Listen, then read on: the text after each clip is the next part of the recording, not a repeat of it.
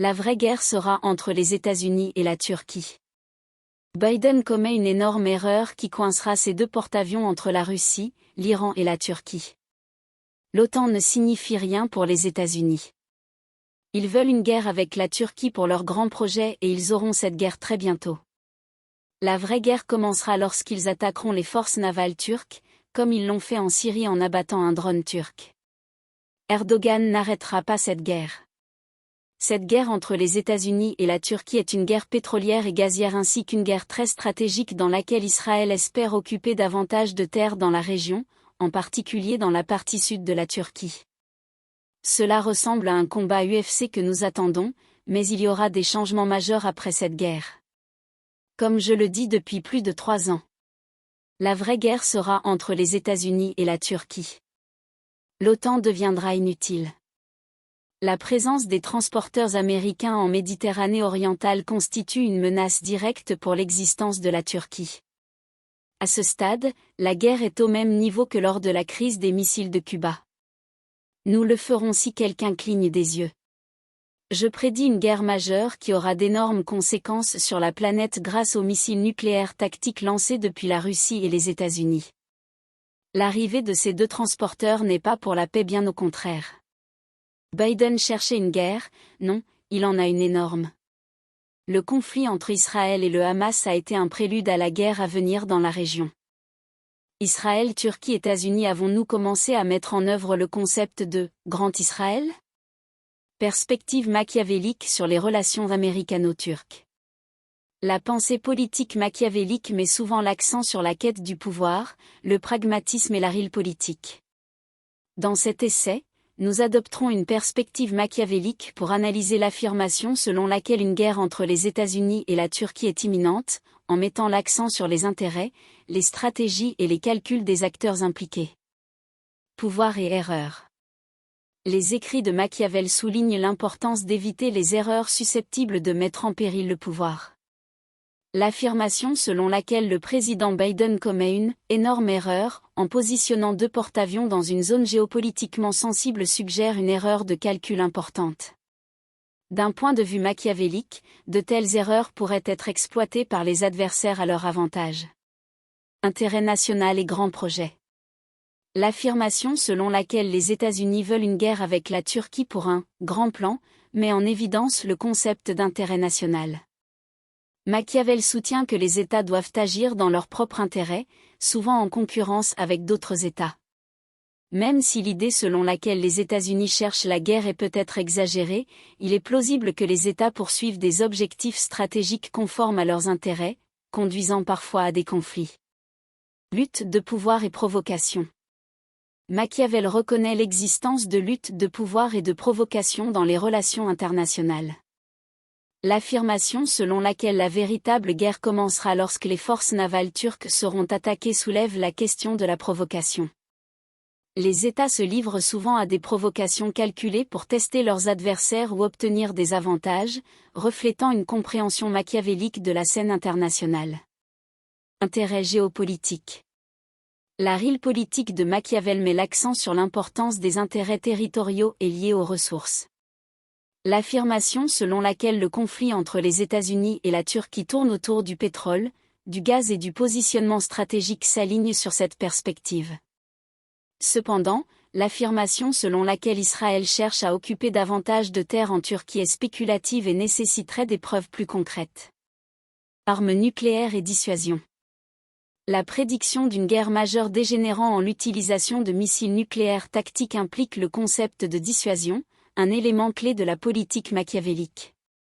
La possession et l'utilisation potentielle de telles armes peuvent servir de moyen de maintenir le pouvoir et l'influence.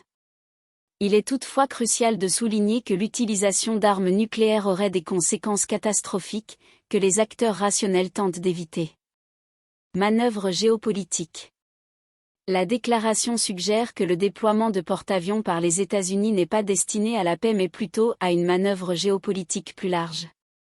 Les enseignements de Machiavel soulignent l'importance des calculs stratégiques et des agendas cachés dans les relations internationales. Les conflits comme opportunités. L'affirmation selon laquelle le conflit entre Israël et le Hamas était le prélude à une guerre plus vaste souligne le principe machiavélique consistant à saisir les opportunités offertes par les conflits. Les États peuvent exploiter les situations existantes pour promouvoir leurs intérêts. En conclusion, d'un point de vue machiavélique, les relations internationales sont marquées par la recherche du pouvoir, les calculs stratégiques et l'utilisation de tous les moyens nécessaires pour assurer et étendre ce pouvoir. Même si l'affirmation d'une guerre imminente entre les États-Unis et la Turquie peut être exagérée, il est essentiel de reconnaître que les États agissent dans leur intérêt et utilisent des actions calculées pour atteindre leurs objectifs. Le prisme de la realpolitik nous permet de considérer la nature complexe et souvent secrète de la politique internationale, où les nations se livrent à des manœuvres complexes pour consolider leur position sur la scène mondiale. Le concept de « Grand Israël » est un terme qui a été utilisé dans divers contextes pour décrire différentes ambitions ou interprétations territoriales, mais il est essentiel de faire la distinction entre les réalités historiques et ces concepts. Israël historique, en termes historiques, Grand Israël, fait généralement référence aux territoires historiques habités par les anciens Israélites, tels que décrits dans la Bible hébraïque. Ce territoire comprend l'Israël actuel, la Cisjordanie et des parties de la Jordanie, de la Syrie et du Liban. L'existence historique d'Israël est étayée par des preuves archéologiques et historiques et a joué un rôle important dans l'histoire de la région. Usage politique moderne, le terme Grand Israël a été utilisé dans le contexte d'aspirations politiques et territoriales, en particulier par certains groupes politiques et religieux d'extrême droite en Israël. Ces groupes plaident en faveur de l'expansion des frontières d'Israël pour englober les zones mentionnées dans la Bible. Il est essentiel de reconnaître que ce concept ne reflète pas la position officielle du gouvernement israélien et qu'il a fait l'objet de controverses tant en Israël qu'à l'échelle internationale. Relations internationales. Dans les relations internationales, l'idée d'un « Grand Israël » est souvent utilisée rhétoriquement pour critiquer ou scruter les politiques israéliennes, comme la construction de colonies en Cisjordanie. Les critiques soutiennent que ces actions pourraient contribuer à une expansion territoriale de facto. Réalité sur le terrain, le conflit israélo-palestinien, les différends territoriaux et la géopolitique complexe au Moyen-Orient rendent difficile la conclusion d'un accord de paix durable. Le concept de « Grand Israël » est souvent une question controversée dans ces négociations, car il soulève des questions sur les droits et les revendications des Palestiniens vivant dans les territoires contestés. En conclusion, le concept de « Grand Israël » a des dimensions historiques et contemporaines, mais il est important de faire la différence entre les faits historiques et les interprétations politiques ou idéologiques. Les réalités géopolitiques modernes au Moyen-Orient impliquent des questions complexes, et pour y répondre, il faut comprendre le contexte historique, les cadres juridiques et les intérêts des parties impliquées. Le concept de « Grand Israël » n'a pas de carte universellement acceptée ni de frontières fixes, car il s'agit d'une idée très controversée et source de division, enracinée dans des croyances religieuses et idéologiques plutôt que dans des accords internationaux ou des frontières reconnues. La carte spécifique associée au concept peut varier en fonction des partisans et de leurs interprétations des textes historiques et religieux.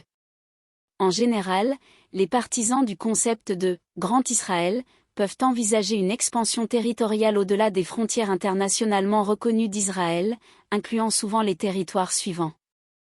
La Cisjordanie, ce territoire, conquis par Israël pendant la guerre des 6 jours en 1967, est un point central du concept de « Grand Israël ».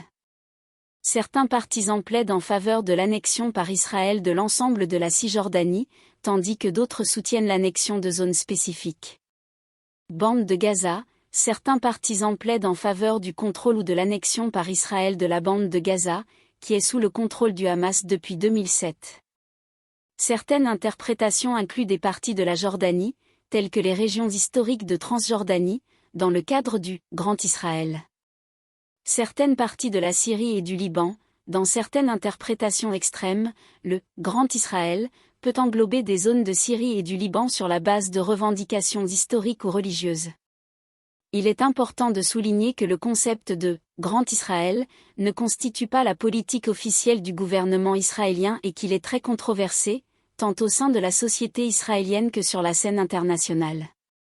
Les frontières internationalement reconnues de l'État d'Israël sont basées sur les frontières d'avant 1967, et les discussions liées au conflit israélo-palestinien et aux changements territoriaux potentiels sont menées par le biais de négociations et d'efforts diplomatiques.